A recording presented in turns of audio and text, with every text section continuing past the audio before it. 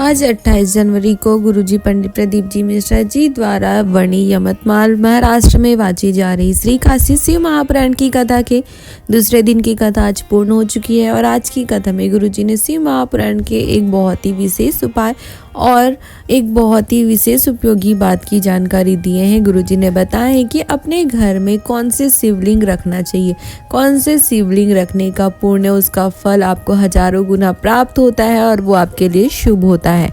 तो आज की कथा में आपको ये सारी जानकारियाँ मिलने वाली है। अगर आज की कथा आप नहीं सुन पाए हो किसी कारण से भी, अगर आज की कथा आपसे छूट गई हो, तो आज के इस छोटे से वीडियो से आपको आज की कथा की संपूर्ण जानकारी मिल जाएगी। साथ ही आज के दूसरे दिन की कथा को सुनने का, उसको रसवादन करने का पुण्य, उसका फल भी आपको प्राप्त हो जाएगा। तो चलिए वीडियो को शुरू करते हैं और जानते हैं कि गुरुजी ने आज के दूसरे दिन की कथा में कौन कौन से विशेष बातों की जानकारी दिए हैं। कथा को शुरू करते हुए गुरुजी ने कहा कि कलयुग में 3 चीजें परमात्मा ने सभी को दी है। पहला है कायदा, दूसरा है वायदा और तीसरा है फायदा। गुरुजी ने कहा कि अब 2 चीजें कलयुग से चली गई है। पहला है कायदा, अब कोई भी कायदे में नहीं रहता है, ना कोई बड़ों के पाँव छूता है, ना किसी का कायदा करता है। आज के समय में आपको बहुत कम कायदा देखने को मिलेगा। कथा में आगे गुरुजी ने बताया कि दूसरा है वादा। इस कलयुग में वादा भी चला गया है। गुरुजी ने कहा कि कोई भी किसी को वादा तो दे देता है पर उसे कभी भी निभाता नहीं है। कलयुग में सिर्फ और सिर्फ एक ही चीज बचा है और वो है फायदा। आज कलयुग के लोग, सब लोग हर जगह सिर्फ और सिर्फ अपना फ़ायदा ही देखते हैं। एक ही चीज़ उनको नज़र आती है और वो है उनका फ़ायदा। कहाँ से क्या फ़ायदा मिल रहा है। कुछ लोग तो भगवान की भक्ति भी फ़ायदा देखकर ही करते हैं कि हम एक लोटा जल चढ़ाएंगे, हम उपाय करेंगे तो हमको फ़ायदा मिलेगा, इसलिए वो शिव जी के मंदिर जाकर एक लोटा जल चढ़ाते हैं और कोई भी उपाय करते हैं। कथा को आगे बढ़ाते हुए गुरुजी ने कहा कि सभी को अपने जीवन में थोड़ा सा आदर करना सीखना चाहिए, थोड़ा सा कायदा रखना सीखना चाहिए, बड़ों का सम्मान करना सीखना चाहिए और जो वादा करते हैं उसे निभाना भी सीखना चाहिए। तभी जीवन में आपको सफलता प्राप्त हो सकती है। कथा में आगे गुरुजी ने बताया कि कई लोग हमसे पूछते हैं कि कौन से कलर के कपड़े पहनने से भगवान हमें मिलेंगे, कौन सा कलर का कपड़ा पहनना शुभ होता है, कौन सी नदी के तट पर बैठने से भगवान की भक्ति मिलती है, भगवान हमें मिल जाएंगे। तो इसका उत्तर देते हुए गुरुजी ने कहा कि शिव महापुराण की कथा वर्णन करती है कि भगवान को पाने के लिए आपको कभी भी कपड़े की कलर बदलने की ज़रूरत नहीं है। जिस दिन आप अपना व्यवहार बदल लो, अपना हृदय बदल लो, अपना मन बदल लो, यह निश्चित है कि उस दिन ही आपको परमात्मा की, भगवान की, मेरे शिव की प्राप्ति अवश्य हो जाएगी। कथा को आगे बढ़ाते हुए गुरुजी ने कहा कि विचार और जल कभी भी गंदे नहीं होने चाहिए, क्योंकि जल अगर गंदा है तो वो आपको कभी भी स्वस्थ रहने नहीं देगा, शरीर को बीमार कर देगा, शरीर को गंदा कर देगा। और उसी तरह से महापुराण की कथा वर्णन करती है कि अगर आपका विचार गंदा है, श्रेष्ठ नहीं है, तो फिर वो आपके मन को भी गंदा कर देता है, आपके मन को भी निर्मल रहने नहीं देता है। और अगर आपका हृदय, आपका मन ही निर्मल नहीं है, गंदा है, तो आपका मन परमात्मा की भक्ति में लग ही नहीं सकता और आपको परमात्मा की प्राप्ति हो ही नहीं सकती। कथा में आगे गुरुजी ने बताया कि 52 शक्तिपीठ में जो सती माता है, सती माता की जो अंग गिरे हुए हैं, वहाँ पर जब भी आप जाओगे तो आप कुछ चढ़ाओ ना चढ़ाओ, आप चुनरी चढ़ाओ ना चढ़ाओ, चूड़ी चढ़ाओ ना चढ़ाओ, पर आपको किसी भी शक्तिपीठ पर आप जाओ तो आपको कुमकुम यानी कि सिंदूर अवश्य समर्पित करना चाहिए।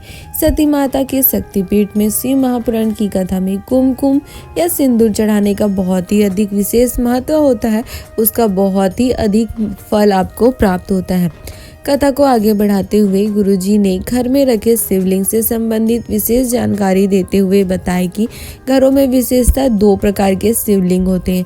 एक शिवलिंग वो होता है जिसमें जलाधारी शिवलिंग से फिट होता है, जिसे आप जलाधारी से अलग नहीं कर सकते हो। शिवलिंग और जलाधारी दोनों एक साथ जुड़े हुए रहते हैं।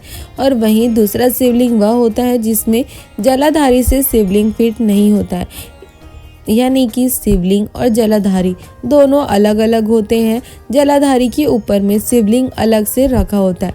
गुरुजी ने कहा कि दोनों ही प्रकार के शिवलिंग श्रेष्ठ होते हैं।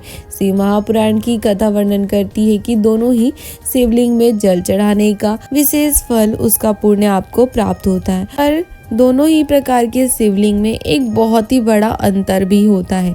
गुरुजी ने बताया कि शिव महापुराण की कथा वर्णन करती है कि जिस शिवलिंग में शिवलिंग और जलाधारी दोनों जुड़े हुए रहते हैं, एक साथ फिट होते हैं, जिन्हें अलग नहीं किया जा सकता है, उस तरह के शिवलिंग में अगर आप एक बेलपत्री समर्पित करते हो तो आपको शिव जी पर 1000 बेलपत्री समर्पित करने का पुण्य, उसका फल प्राप्त होता है। पर वहीं जो शिवलिंग जलाधारी से अलग होता है, यानी कि शिवलिंग ऊपर से अलग से जलाधारी के ऊपर रखा होता है, उस शिवलिंग पर अगर आप बेलपत्री चढ़ाते हो तो आपको उस एक बेलपत्री चढ़ाने से सहस्र सहस्र गुना फल, उसका पुण्य प्राप्त हो जाता है, उसका विशेष फल आपको प्राप्त होता है।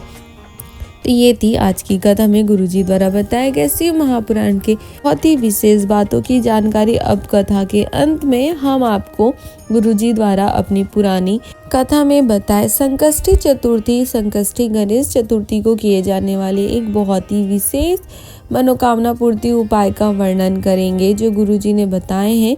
कल यानी कि 29 जनवरी को है सोमवार और साथ में पड़ रही है संकष्टी की बहुत ही विशेष तिथि संकष्टी चतुर्थी की, और यह इस साल का पहला संकष्टी चतुर्थी है जिस दिन आपको इस विशेष उपाय को करना है, और वो जो सोमवार को पड़ रही है तो आपको इसका दुगुना फल और विशेष लाभ मिलने वाला है। तो आप उपाय को अच्छे से समझे और जरूर करें। गुरुजी ने कहा कि अगर आपकी कोई विशेष मनोकामना हो, कोई कार्य में आप लगे हुए हो, नहीं हो रहा है, या आप महादेव से कुछ विशेष मांगना चाहते हो, गणेश जी की उस अपने कार्य में कृपा पाना चाहते हो, अपनी कोई भी विशेष मनोकामना की पूर्ति के लिए आपको कल इस वर्ष की पहली संकष्टी गणेश चतुर्थी को जो सोमवार को पड़ रही है, इस विशेष उपाय को करना है। जैसा कि आप सभी जानते हैं कि गणेश जी और महादेव दोनों की ही एक प्रिय वस्तु है, और वो है दुर्वा। दुर्वा जो है वो महादेव को भी प्रिय है और गणेश जी को भी बहुत ही अधिक प्रिय है। तो इसी दुर्वा से आपको कल की इस विशेष मनोकामना पूर्ति वाले उपाय को करना है। आपको शिव जी के मंदिर 21 दुर्वा लेकर पहुंच जाना है और एक कलश जल।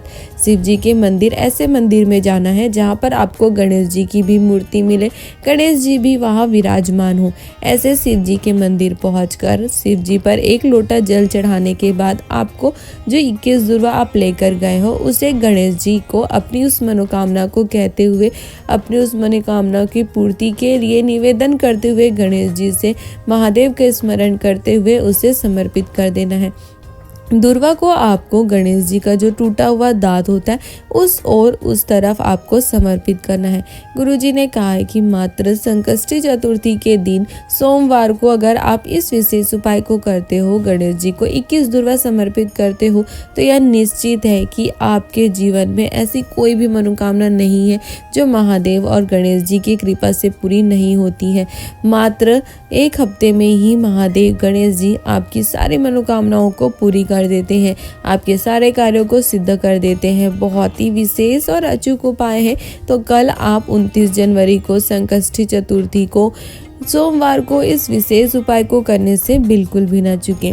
तो ये थी गुरुजी द्वारा बताए गए एक विशेष उपाय की जानकारी। अगर आपको आज की कथा और ये एक विशेष उपाय की जानकारी अच्छी लगी हो, आपके लिए उपयोगी हो, तो आप हमारे वीडियो को लाइक कर सकते हो, और चैनल में ऐसे ही और भी नए नए उपायों की जानकारी और गुरुजी द्वारा शिव महापुराण की कथा में बताए गए सारे विशेष बातों की जानकारी के लिए हमारे चैनल को सब्सक्राइब भी कर सकते हो, और अपने परिवार वालों के साथ या अन्य शिव भक्तों के साथ इसे शेयर भी कर सकते हो, ताकि उन्हें भी गुरुजी द्वारा बताए गए इस विशेष उपाय और शिव महापुराण की इस विशेष बातों की जानकारी प्राप्त हो सके, और वो भी इस उपाय को करके कल गणेश जी और महादेव की विशेष कृपा प्राप्त कर अपनी सारी मनोकामनाओं की पूर्ति कर अपने जीवन के सारे दुखों को, कष्टों को दूर कर अपने जीवन में आनंद और सुख की प्राप्ति कर सके। हर हर महादेव।